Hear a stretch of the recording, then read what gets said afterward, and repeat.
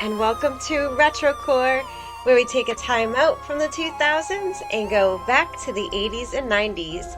Today we have a special spooky Halloween movie video and made-for-TV movies from the 80s. If you've seen them, come reminisce with me.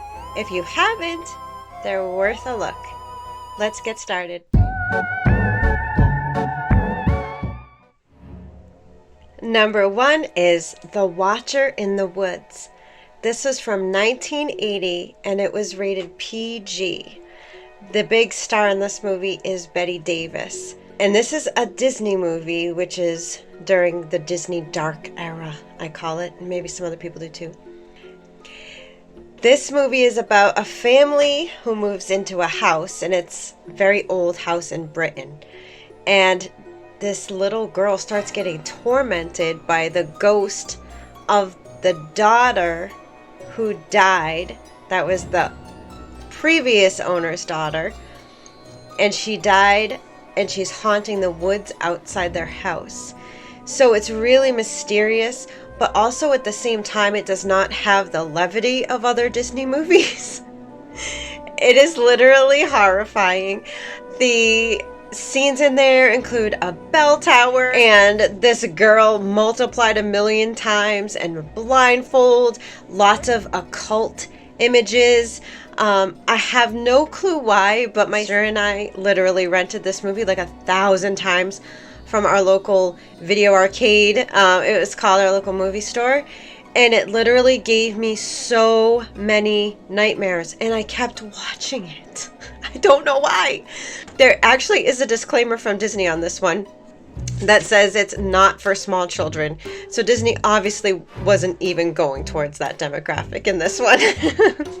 Actually, if you want to check it out, it's currently on Prime Video. It might be an extra cost, but give it a look over there. I wouldn't watch it with the kids, honestly. I would watch it alone, preferably not before bed.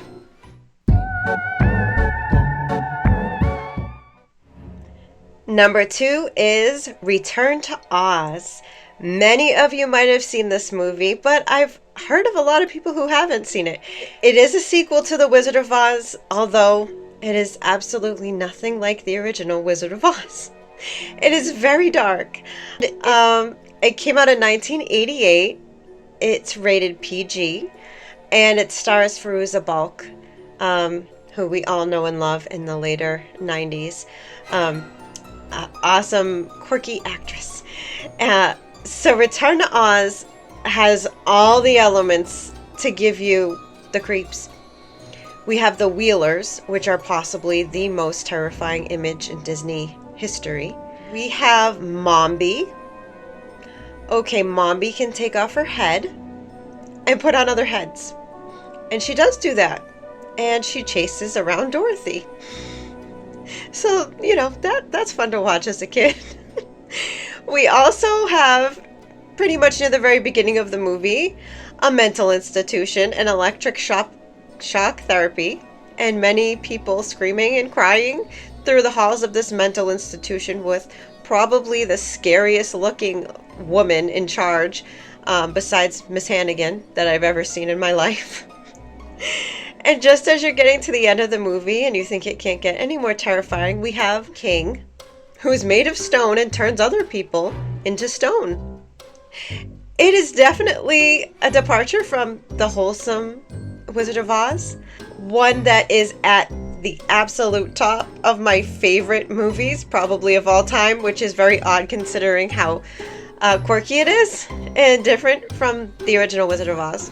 But definitely put this on your must-watch list. It is currently on Disney+. The Midnight Hour. This one is very, very rarely known.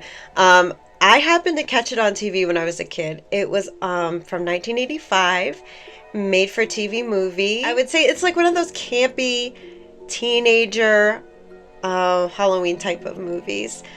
So on Halloween night, teenagers unleash an ancient witch's curse on the town, and all the dead return to the town. It does have LeVar Burton in it from The Reading Rainbow, which is really cool to see him so young. The teenagers themselves look super old, just as they always did to us now in the 80s. There's a lot of super 80s fashion in this one. Very good for just watching, chilling out, having some 80s laughs at the campiness of it all. If you can find it on YouTube, which I think it's on there now, just watch it for some laughs.